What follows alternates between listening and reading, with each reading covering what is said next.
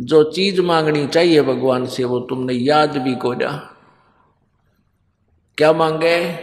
भक्ति दान गुरु दीजियो देवन के देवाओ। भक्ति दान गुरु दीजियो देवन के देवाओ। जन्म पाया भूलूं नहीं करहूं पद सेवा हो। एक के मांगे सब कुछ मिल गया। जब परमात्मा आपको भक्ति देगा तो भक्ति बख्शीश कर दी, तो भक्ति में जो भी चीज बाधक होंगी जिसके कारण टेंशन बनकर भक्ति बाधक बनेगा, तो उस टेंशन को एडवांस में आपकी खत्म करता चलेगा भगवान। इसका उदाहरण देते हुए परमात्मा कहते हैं कि मांगू कुछ ठहर ना रहाई, देखत नैन चला जग जाई। 1 लाख पूत 1.25 लाख नाती, उस रावण के आज दीवान बाती। अब जैसे पुण्यात्माओं बहुत से उदाहरण हैं,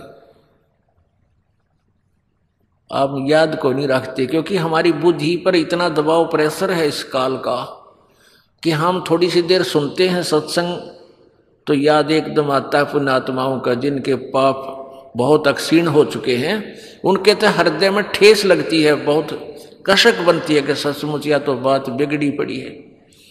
और जिनके अभी बुखार उतरा नहीं पाप कर्मों का और वो आते हैं, नाम भी ले लिया है, ट्रीटमेंट जारी है, उपचार यही है, धीरे धीरे उनको भी एक दिन ये बातें सीधी अटैक करने लग जाएंगी आत्मा के ऊपर।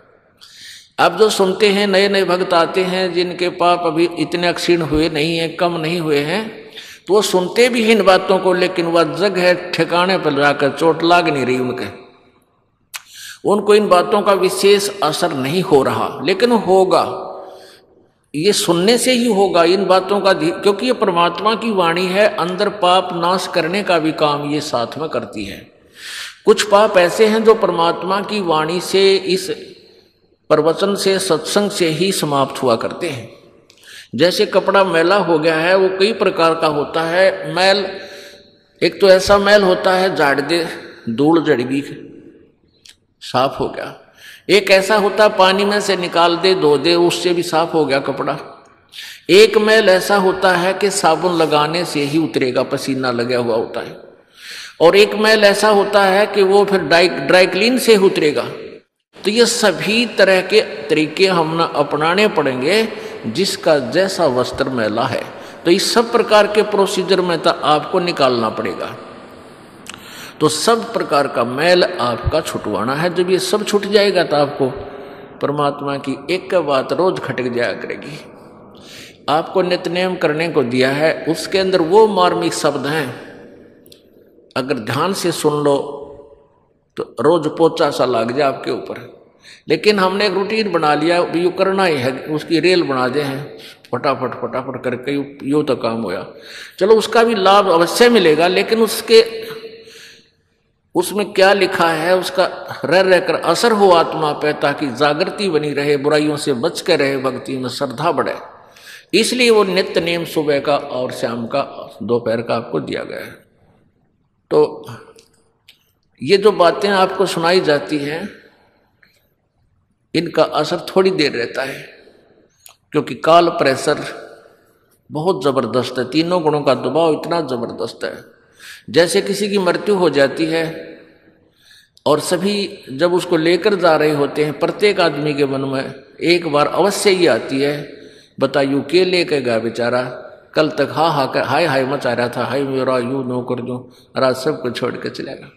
और उसका वह करके काम तमाम जब उल्टा मुंह करते हैं, वो काल उसी समय बटन ऑन कर देता है, जो तेरा काम वो रह गया, वहाँ जाना है, ड्यूटी पर जाना है, वहाँ पानी की सिंचाई का समय आ गया, चल ट्यूबवेल चलाना है, 1 सेकंड में घी बांध कर तो कुत्ती बोलो बढ़ा दे और चल। फिर मनमाने कोई कदे कोई मरे फिर याद आवे साल 2 साल में। यह सत्संग में आने से वो बातें आपको रोज ताज़ा कराई जाती हैं, और ऐसे ताज़ा कराते रहेंगे तो जगह भी बना जाएगी। रसरी आवत जात से शिल पर पड़े निशान, और करत करत अभ्यास से जड़मती होत सुजान।